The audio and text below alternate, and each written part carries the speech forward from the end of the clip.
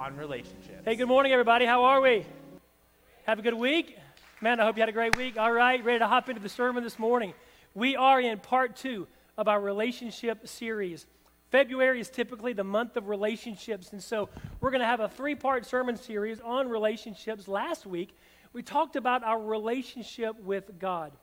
Now, what I want to encourage you to do is if you have the app, or if you don't have it, go ahead and download it while I'm talking.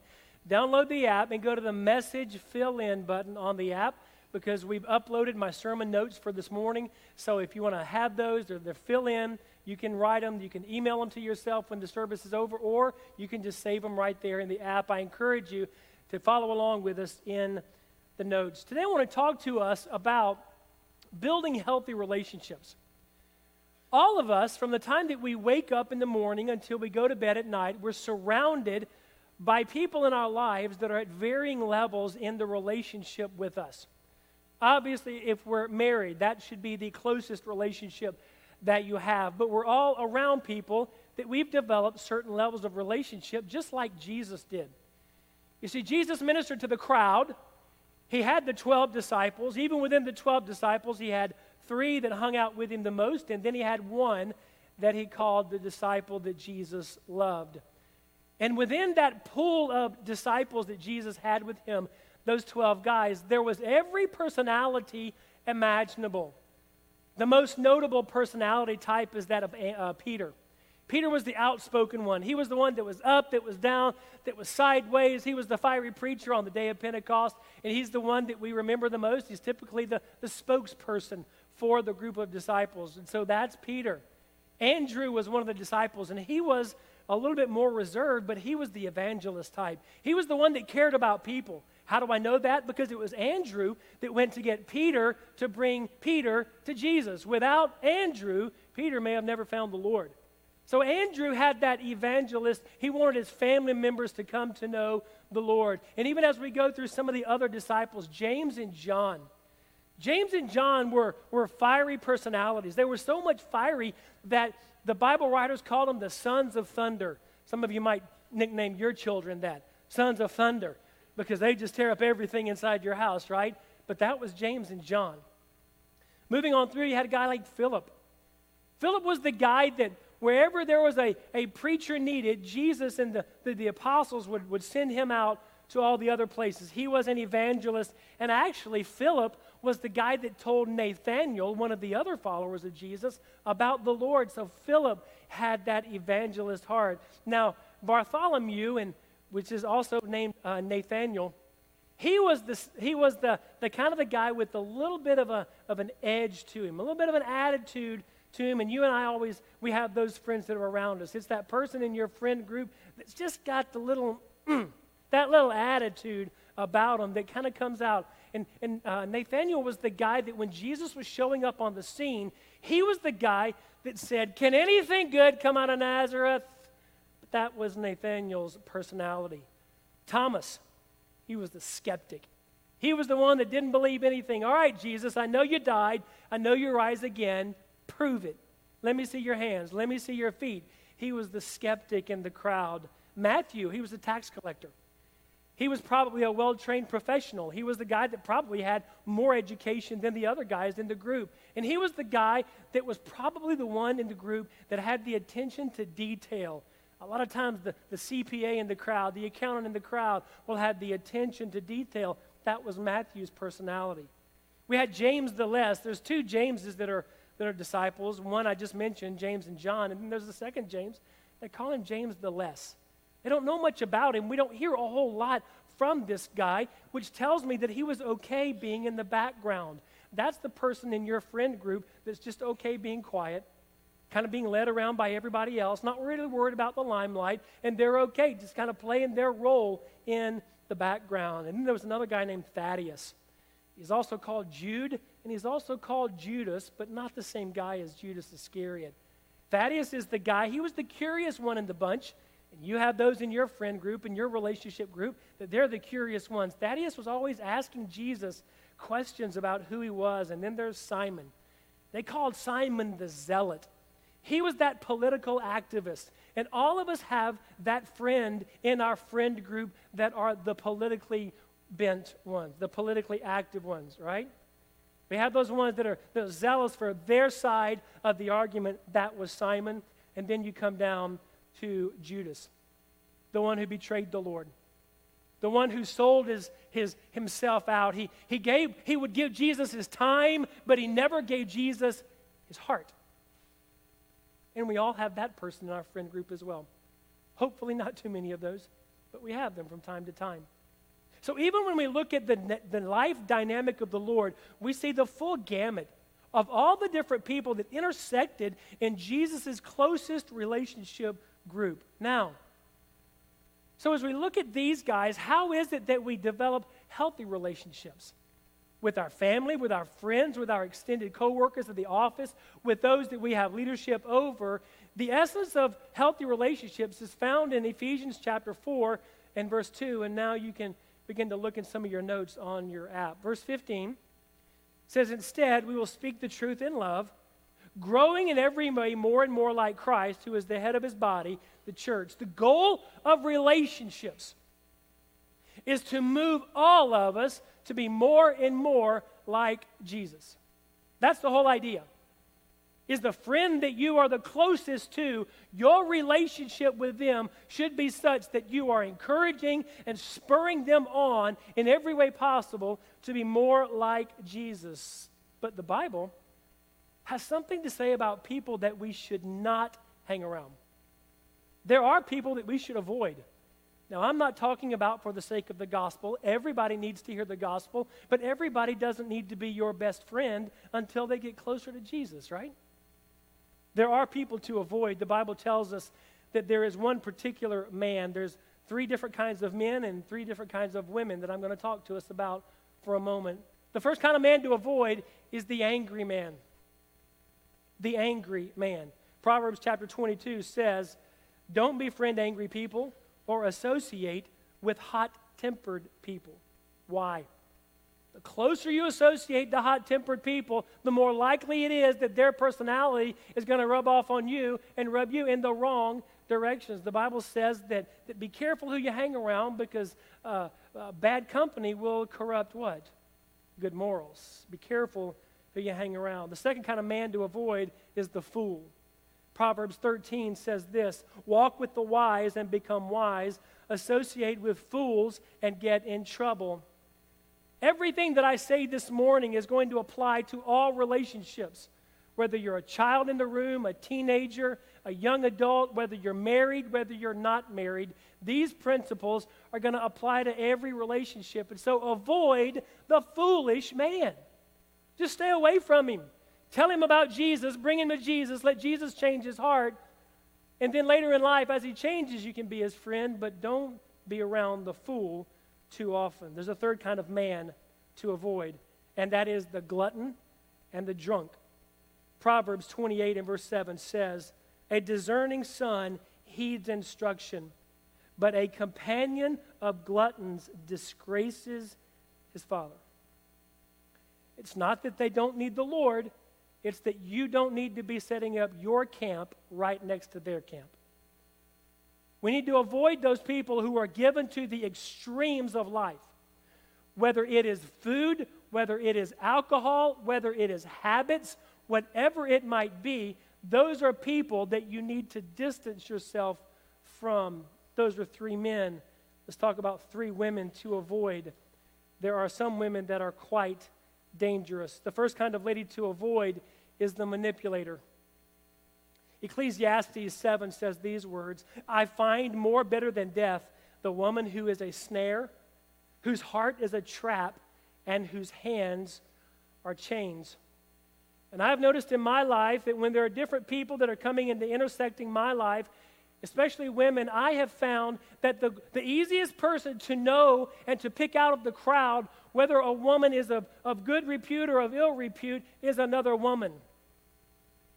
So if I have questions, obviously the first person I'm going to is my wife.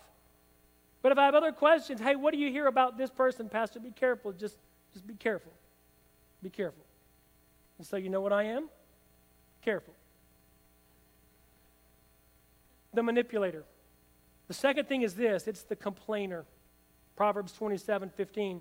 A quarrelsome wife is as annoying as constant dripping on a rainy day. I don't like people who complain, man or woman. I distance myself from them because I just don't want that vibe coming off on me. And you don't need that vibe coming off on you. The third kind of woman to avoid is the destructive woman. Proverbs 14:1 says, a wise woman will build her home, but a foolish woman will tear it down with her own hands. See, there are men to avoid, there are women to avoid. But what about healthy relationships? How is it that we bring those people in that we want to be close to us? These people we keep at a distance, but there are those of us that are in close-knit relationships with our heart. Those people that we spend hours and hours and hours with throughout the week. How do we handle that? And if I could give you just one overarching thought is this, that the essence of healthy relationships is when men and women, teenagers and children, embrace mutual respect. Relationships will flow out of the whole issue of respect. And respect, I think you would agree with me, is something that to a large degree has seemingly been thrown out the window. I was watching TV the other day and the news, and there was a guy who was being questioned during an interview process. There was a very large committee that was interviewing him for, honestly, I don't even quite remember what his position was. But as he was sitting there answering questions, I was astounded. And I had seen these things before, but it just amazed me at the level of disrespect the people asking the questions were giving to him. Now, we can differ on opinion, right? We can differ on this and that and other things. But my take was, at least they could have been respectful of the guy sitting in the chair. Now, you and I are going to disagree on opinions. You're going to disagree with your husband, your wife, with the guy at work, but let's do it from an attitude of mutual respect. Here's what Paul says. Paul has a lot to say about the whole idea of mutual respect, and this is kind of an overarching thought that everything else will fall under. Romans 12 says, be devoted to one another in love. Honor one another above yourself. Everyone say above yourself. Paul will go back to this idea over and over again. In the book of Philippians chapter 3, he says, do nothing out of selfish ambition and vain conceit. Rather, in humility, value others above yourselves. Say above yourselves. If we, as you and me, if we take people and we elevate them above us, we will automatically give them respect. All right? We will automatically show them the respect that they are due. If I, as your senior pastor, consider you to be above me, I will show you the respect that you are due. If we do that amongst ourselves, we will show those that are amongst us the respect that we are due. Now, up under the whole idea of mutual respect, I just want to give you 3 ideas. 3 ideas about what it means to develop and to cultivate healthy relationships. And the first one is this. The first idea is engage in kind communication. Kind. Nice. There's a business book that was written a number of years ago that I really enjoyed reading. And it was called this. It was a very simple title. The business book was this: The Power of Nice. You don't have to be a jerk to be a boss, right? You can be nice to people. You have to be firm with people. But you can still be nice to them even in the midst of your communication. Engage in kind communication. Here's a whole idea of unhealthy. Unhealthy communication is calling people names. All right? You just call them names. They'll say something to you, and you'll look back and you're just an idiot. Of course, none of you would ever say that. Nobody in this crowd says those kind of things. But you know what? You're just an idiot. Here's another thing that is kind of unhealthy communication. Ridicule their goals and their dreams. When someone comes to you and they bare their soul and they say, hey, in my life, I want to do this, or God's given me a dream to do this, and then you look back at them and you go, you know what? You'll never be able to do that. You don't have enough education. You don't have a good job. You don't have the money to do that. Just don't ridicule their dreams. And here's another whole idea of unhealthy communication. Don't make fun of people in front of other people. When you're standing in the presence of a friend and there's a collection of other people around you, don't make fun of them to other people. I see it happen all the time. You see it happen all the time, right? When people walk up in relationship, they're standing in a group of people, and there's somebody there. It's a friend, it's a child, it's somebody that's with them, and all of a sudden, the one who feels like they're in command of the communication will say something derogatory about the person standing right beside them. It might even be in a slightly joking kind of way, as if everybody understands the joke, but jokes hurt. They hurt people. So be very careful in your communication not to literally make fun of people. Here's what Paul says in Colossians chapter 4. Let your conversation be what? Gracious and attractive, so that you will have the right response for everyone. I'm going to lay out just 3 little ideas under the whole idea of communication. Give you 3 ideas about communication. Number 1, value their input and perspective. Whoever your friend is, value what they have to say. Treat it as worthy of your respect. Even ask them the question, hey, what do you think about this? You really want to show somebody you value their opinion? Ask them questions about what you're talking about in the conversation. Now, here's the second idea, is to listen carefully. Listen. If I'm going to bare my soul with you, this is one of the things that I have to work on as a leader, as a husband, as a father. I have to work on listening. Because I like to be the one to guide the conversation. I like to be the one to send the conversation in this direction or pull it back and take it in this direction. And I have to slow down long enough to listen. And actually, when I first got married, I thought that my job was to solve every problem Carla ever had. Right? Come on, guys, you're snickering. You're laughing at me. You think the same thing, right? Early on in our marriage, I would be listening to her. In our first few years of marriage, Carla was a school teacher, and so she would come home and she would talk about this issue with a child, or maybe a parent, or maybe a principal, or whatever. And she would be halfway into her conversation, and then when she would stop to take a breath, I would see that as my opportunity to hop in and solve the problem. And that's what I would do. I would hop in. I'd say, hey, baby, hang on. I got it. Here's what you need to do. Step 1, step 2, step 3. All right? How many of you are like me? You would be honest enough to raise your hand. You're like me. You've got to. Why? Why do we do that? Because we're right.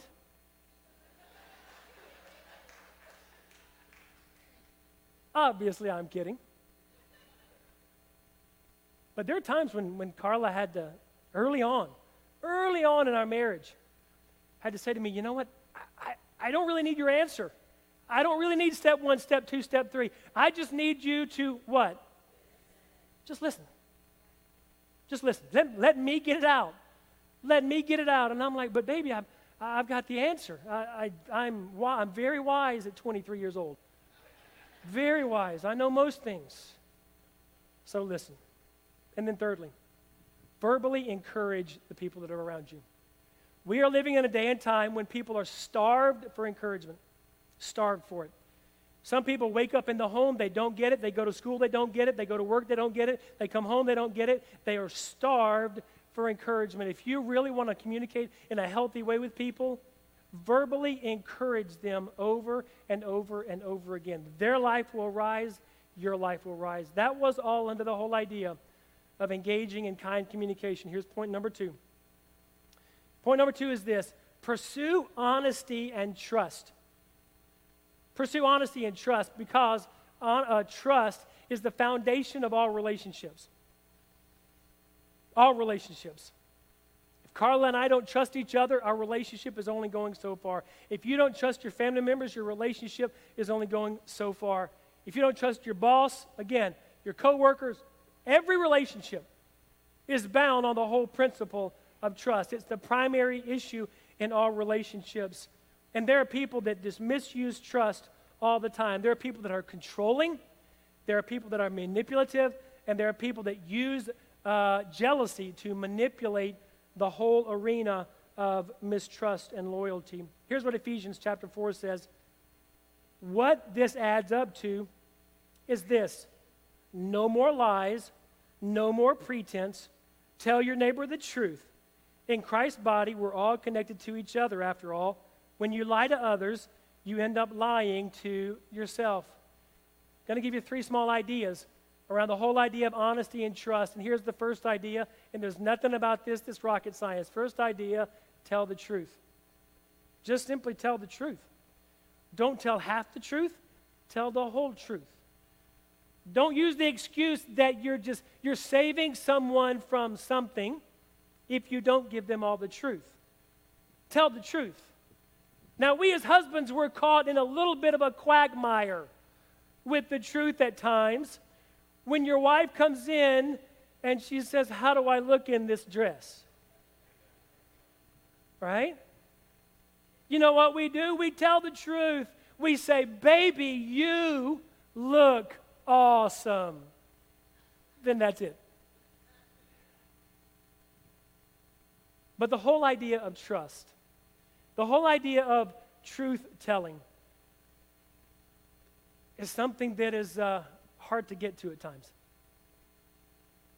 You and I can come up with all the ideas that we want about why we have to fudge on the truth and don't tell the whole truth and not do this. We don't want to hurt people or whatever. But if you really want your relationships to develop in a healthy way, you're going to have to be truthful. Second idea is this: accept responsibility for your own actions. For your own actions. Be humble about your own shortcomings and own up quickly to your own sin. Third idea is this: acknowledge when the other person is right. The easiest way to do this is to look at the person that you're talking to when they're right and say it. You're right. You don't even have to say, "I'm wrong," because that's simply implied. We know you're wrong. I'm right. But here's one thing that does it. That's good for the soul. It's good for the soul when you admit that someone else is right in the middle of your whole situation. And then a fourth little idea, which is a big idea, under the whole idea of honesty and trust, is this: seek forgiveness where needed. If you've blundered some things in the relationship and you need to bring it back in the whole area of honesty and trust, ask forgiveness. When you've not been trustworthy, ask forgiveness and commit to trustworthiness. Third idea is this: building healthy relationships, and this whole idea, solve problems together. Just like I said earlier, when I was attempting to solve Carla's problems, it wasn't really the whole idea of together at all. It was the whole idea of me giving the answer. But if you want your relationships to really go to that next level, to help all of us become more and more like Jesus, we have to solve our problems together. An unhealthy way, a very unhealthy way that many people try to solve problems. It can be on either side of the relationship, but it's an unhealthy way. Some people would say, in various ways, they'll say, "You know what? It's got to be my way or the highway. We're going to do it my way or we're not going to do it at all." And there are some that are engaged and fall in that kind of relationship. There are other people that try to solve problems by punishing the other person on the other end of the relationship if things don't go their way. How do we punish people? We pout. Anybody in the room and just a really, really good pouter? Yeah, don't do that. But we all do it. Every single one of us do it. We don't get our way, what do? And if we don't pout, what else do? We give the silent treatment. Now, us guys, man, we're awesome at the silent treatment. We think it's our spiritual gift. But it's hurtful. It's painful. How do we get by this? How do we get beyond all of this and get back to building healthy relationships? Matthew 7:12 says, so in everything, do to others what you would have them do to you. I think we may have heard that a time or two, right? This fulfills everything that the law and the prophets were trying to communicate. We call that what? Golden rule. Do to others as you would have them do to you. What about healthy problem solving? How do you get to really getting to the nitty-gritty of solving problems together? The first idea is this: identify where you need to change. That's the first step in solving a problem, to admit that I've got a problem with this whole idea. I've got a problem. I need to change. And then the second is this: accept the change that is needed. For me, my change was not offering up my solutions right away. In time, in our relationship, Carla would come back to me and she said, you know what? I can't figure this one out. Can you help me come up with some ideas? And then we would both wander into that conversation about how to solve problems together. But accept the change that's needed inside my life. Last thought is this: be willing. Be willing to compromise. In relationships, to build them in a healthy way, some people are going to have to lose a little bit. The other person are going to have to lose a little bit. And you're going to have to agree to come up with something in the middle if that relationship is going to be healthy. And what's the whole point? What is the whole point of building healthy relationships? I go all the way back to Ephesians 4. And that is that more and more we are becoming like Jesus. Our job, my job, in every relationship that I have with Carla, with my family, with our church staff, our leadership team, my role, in my side of the role, is helping everyone to become more like Jesus in every way that I can and do. And as if you and I focus on that, your relationships will get healthier and healthier and healthier. And then all of us will become more like Jesus every day. Amen? Let's close our eyes and bow our heads.